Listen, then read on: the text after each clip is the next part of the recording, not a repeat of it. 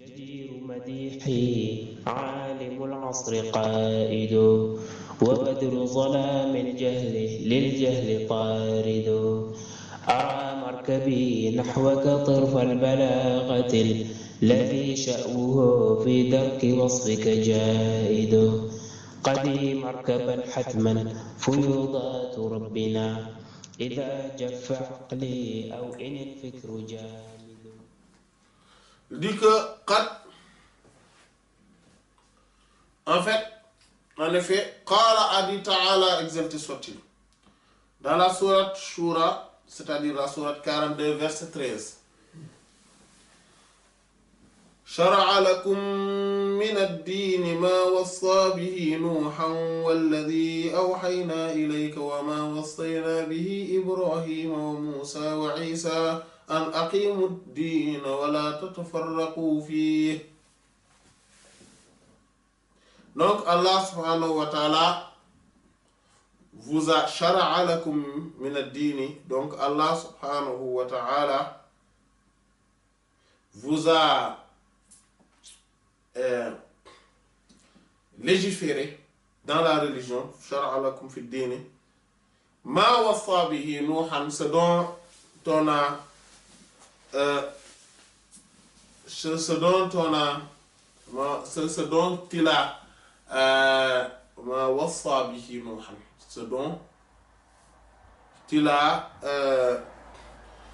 légué, ce qu'il avait donné. Wassa, c'est conseiller, ce qu'il avait donné, ce qu'il avait légué à Nuhan, Sayyidina Nuh alayhi salam. Wallazi, et ce donc awhayna ilayka, qu'on a révélé à toi, c'est-à-dire à Sayyidina Muhammad sallallahu alayhi wa sallam, wa ma wassayna bihi, et ce dont on a donné comme conseil, comme législation à Ibrahim, Sayyidina Ibrahim alayhi salam, wa Moussa, Sayyidina Moussa, wa Isa, Sayyidina Isa, c'est quoi? An, que, c'est quoi? C'est tafsiriyya, an là, c'est tafsiriyya. Aqimud dina, dressez la religion, mettez-la en œuvre. Wala tatafarraqu fihi, et ne divergez pas, ne vous dispersez pas plutôt, ne vous disloquez pas, voilà, à son sujet. Donc, il dit, fa amara Allah, donc Allah subhanahu wa ta'ala exalté soit-il, a ordonné, bi iqamati din, de dresser la religion, de le mettre en œuvre, la bi ja'ihi, et non de le mettre debout, de le dresser, de le stabiliser, et non de le terrasser, la bi ja'ihi, et non de le terrasser, de le faire coucher. Bitakabur, par comment on terrasse la religion? Il dit bitakabur, par l'orgueil, par le fait de se montrer orgueilleux ala a'immatihi, envers ses dirigeants, ses imams. Il dit wa hadha, et ceci, wa hadha al-amr, et ceci, qad fasha, c'est propagé maintenant, fi muqallidi al-mazahib, auprès ou bien chez ceux qui suivent, qui pratiquent le suivisme des mazhab, des doctrines. Voilà. Fatara, et tu vois, qu'est-ce qui se passe? Tu vois kull insan, chaque être, chaque personne, yadhadu, qui méprise, qui se moque de hujjata ghayrihi, les arguments de l'autre. Hujjata, les arguments ghayrihi, de l'autre. Hatta, jusqu'à ce que la yakadu, peu s'en est fallu qu'il ne reste là pour lui tamassukan, quelque part où il pourrait se baser bi kitabillah, bi kitabin, que ça soit le livre, le Coran, ou la sunna, ni sunna. Voilà. C'est-à-dire que En fait, il dit que pour la plupart des gens qui suivent inconditionnellement dans le mazhab, souvent on les voit, ils ont cette attitude-là. Qu'est-ce qu'ils ont? Souvent, il dit que c'est très répandu chez eux. C'est très répandu. Qu'est-ce qu'ils font? Quand ils parlent des autres là, des autres, ceux qui ont des autres mazhab, quand ils ont un avis, ils essaient tout le temps de le discréditer, de décrédibiliser leur argumentation et leurs arguments. Et de dire que oui, ils ont dit ça, mais ça ne se base sur pas ce verset-là, non, n'est pas un argument pour eux, parce que, etc. Ils font tout.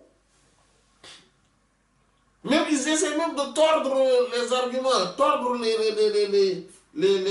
versets ou les hadiths. Pourquoi? Pour que la vérité ne se trouve que pour eux, que pour leur mazhab, que pour leur doctrine. Et ils essaient tout pour montrer que, oui, c'est nous qui avons raison. Voilà, et les autres ont tort. Jusqu'à ce qu'ils ne les laissent même pas une possibilité qu'ils puissent se baser sur un verset du Coran ou sur un hadith donc de la sunna du prophète sallallahu alayhi wa sallam, au moins pour s'en sortir, pour se dire que voilà, en fait s'il dit ça, c'est parce qu'il y a quand même, ils ont quand même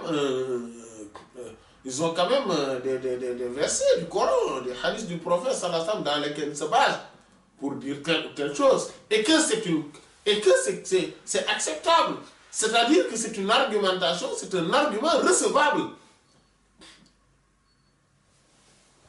En fait, quand il parle de, c'est comme s'il n'y a pas cela. Comme si eux, ils n'ont même pas En fait, comme si c'était des gens qui n'ont aucune compréhension du Coran et de la Sunna.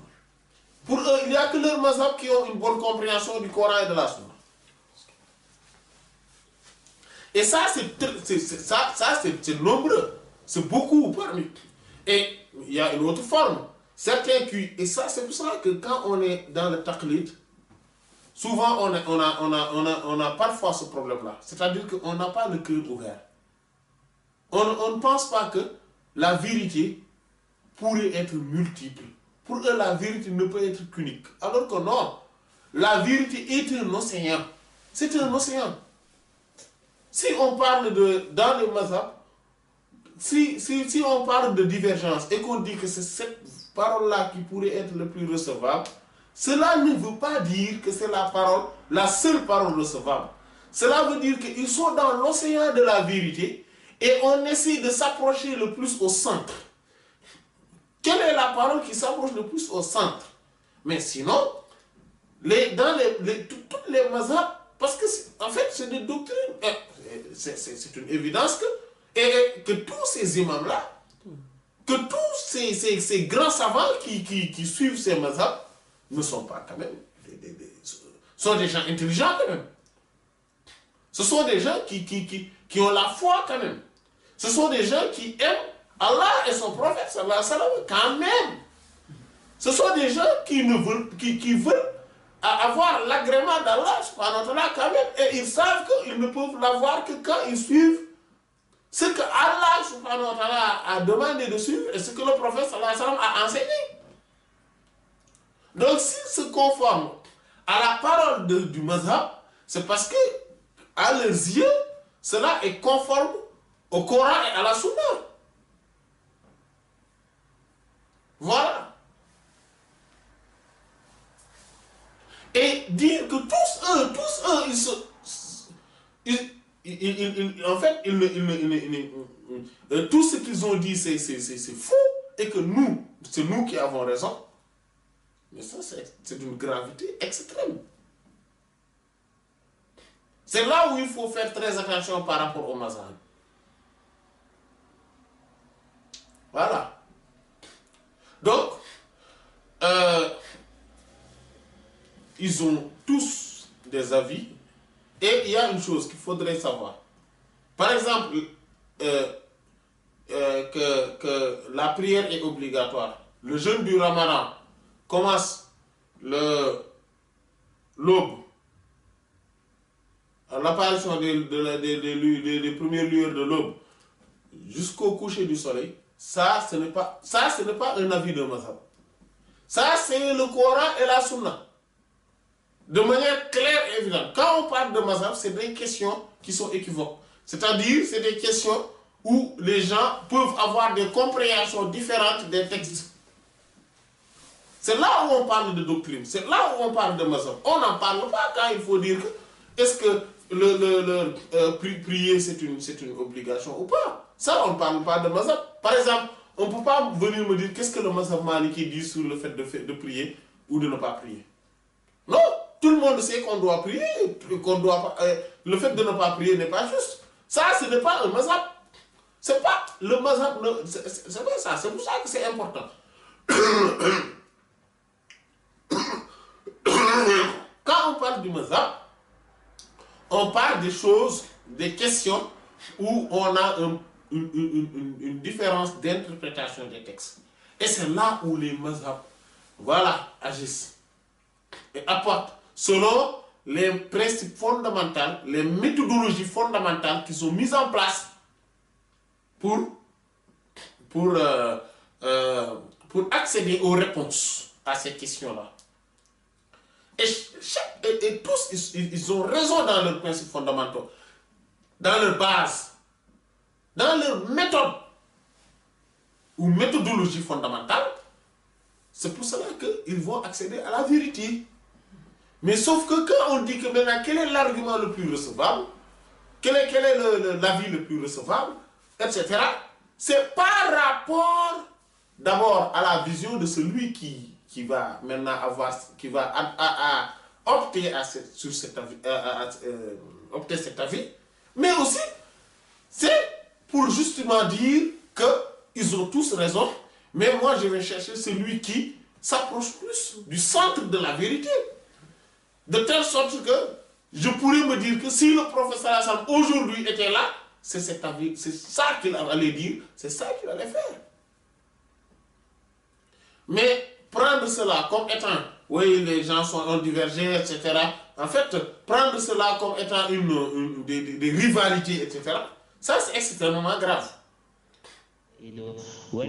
C'est extrêmement grave. نورا أحاطكم ويسقيك أنوارا وعمت أماجد وأسراره تسري كليث لفرهد على روحك الأصفى وظلت مكائد